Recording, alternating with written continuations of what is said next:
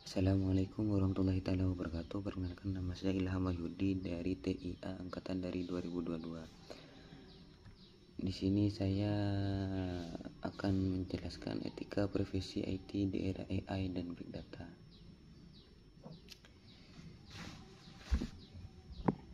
Lanjut saja biar tidak kepanjangan. Big Data, transformasi digital, bahwa membawa AI dan Big Data sebagai kekuatan baru ini membuka peluang inovasi, namun memunculkan tentang etis besar. Profesional IT memiliki peran krusial. Baik, kita lanjut pembahasannya. Pengaruh AI dan Big Data. Kecerdasan buatan, ada Big Data dan pengubah industri. Kecerdasan buatan AI mengotomatisasi proses belajar dari data dan mengambil keputusan mengubah cara kita hidup dan bekerja. Jadi dari kecerdasan buatan ini kita bisa berproses dan belajar dari data, mengambil keputusan dan mengubah cara kita hidup bekerja di dunia ini. Yang kedua ada Big Data. Big Data, analisis volume data masif atau bisa disebut petabit, mengungkap pola baru, mendorong inovasi dan di berbagai sektor. Big Data ini bisa kita analisis dengan data atau bisa disebut petabit, mengungkap pola baru untuk mendorong kita untuk berinovasi di berbagai sektor apapun. Begitu. Yang ketiga ada mengubah industri.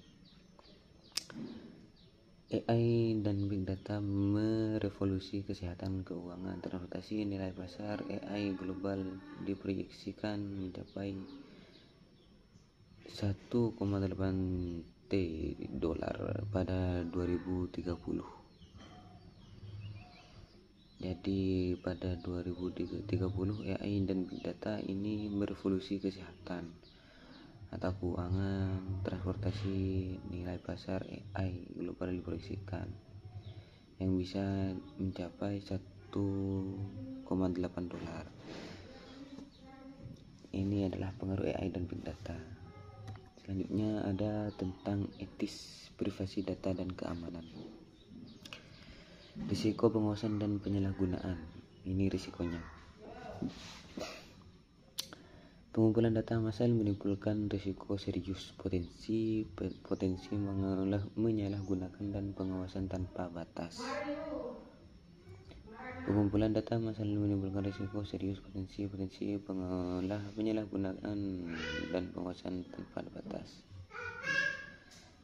Kasus yang terkenal kebocoran data Tokopedia seperti Tokopedia pada 2020 lalu 91 juta pengguna terdampak. Jadi pada Tokopedia di tahun 2020 ini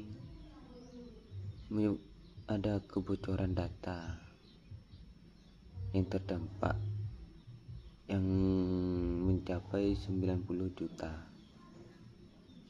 Denda GDPR Meta 1,2 miliar pada 2023. Transfer data yang tidak patuh. Begitu. Perlindungan hukum UU PDP nomor 27 2022. Di Indonesia memperkuat pelindungan data pribadi, penting untuk kebutuhan.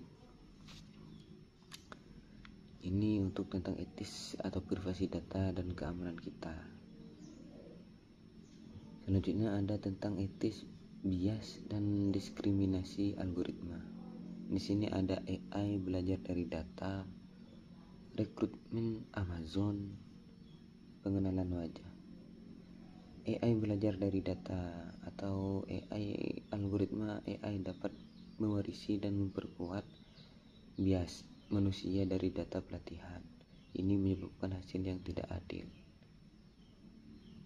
Jadi algoritma AI yang dapat mewarisi dan memperkuat bias manusia dari data pelatihan ini akan menyebab hasil yang tidak adil.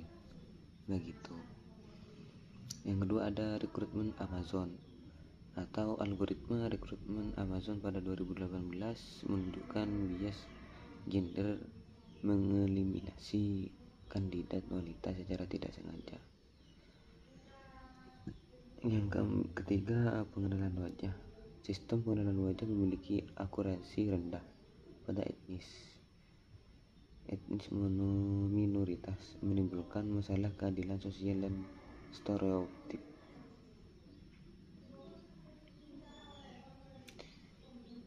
Jadi pengenalan wajah ini di sistem mengurangi akurasi rendah pada etnis minoritas. Jadi tidak aman begitu, tidak sepenuhnya aman. Lanjut tentang etis akuntabilitas dan transparansi. Yang pertama ada kotak hitam atau AI. Keputusan AI seringkali sulit dijelaskan. Kurangnya transparansi penghambat dan kepercayaan. Jadi kotak hitam ini atau bisa disebut dengan AI ini seringkali sulit untuk dijelaskan, atau kurangnya transparansi menghambat kepercayaan kita begitu. Dan di sini ada kasus kecelakaan mobil otonom seperti Tesla dan Uber. Mayoritas tentang akuntabilitas membutuhkan kerangka kerja yang jelas. Begitu. Lanjut. Di sini ada kerangka etis dan solusi. Ada 4 tingkatan. Ada standar global, EU AI exit, ada prinsip UNESCO, ada audit algoritma. Yang standar global perlu standar global dan regulasi lokal yang kuat. Ini membangun fondasi ketika yang kokoh. Jadi standar global ini perlu dan regulasi lokal yang kuat buat membangun fondasi etika yang kokoh. Begitu. EU atau bisa yang kedua EU AI exit. EU AI ini 2021 menyediakan kerangka regulasi AI komprehensif, menetapkan aturan ketat untuk pengembangan AI. Jadi EU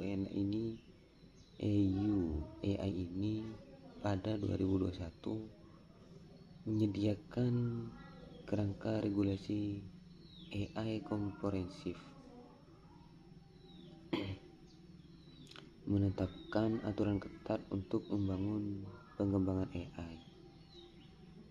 Yang ketiga ada prinsip UNESCO. Prinsip UNESCO ini etika UNESCO 2021 menekankan inklusivitas dan keberlanjutan, panduan untuk praktik AI yang bertanggung jawab.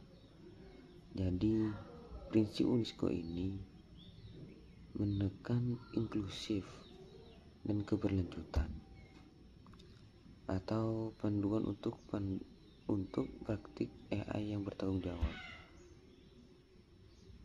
Ini berarti ini ada praktiknya begitu untuk AI yang bertanggung jawab.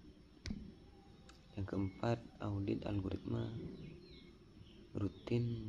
Algoritma ini rutin dan pengawasan independen.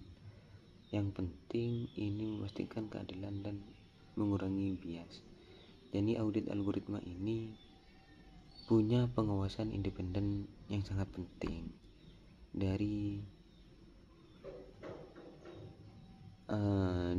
kotak hitam atau bisa disebut AI ini. Audit algoritma ini punya pengawasan independen memastikan keadilan dan mengurangi bias.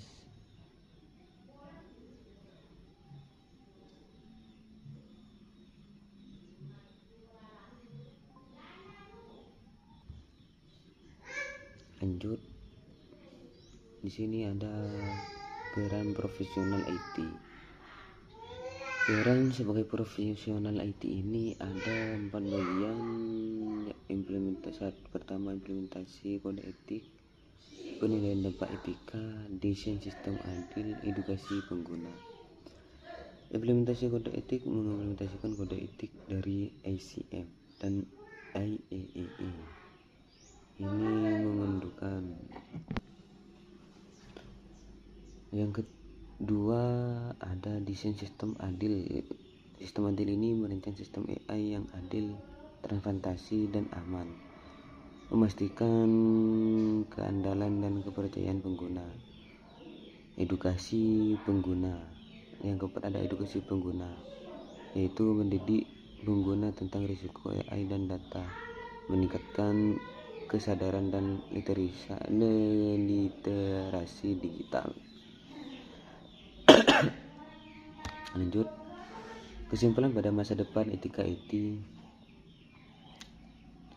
Etika bukan opsional, tetapi fondasi inovasi teknologi pengguna atau tanggung jawab kolektif menjaga kepercayaan publik.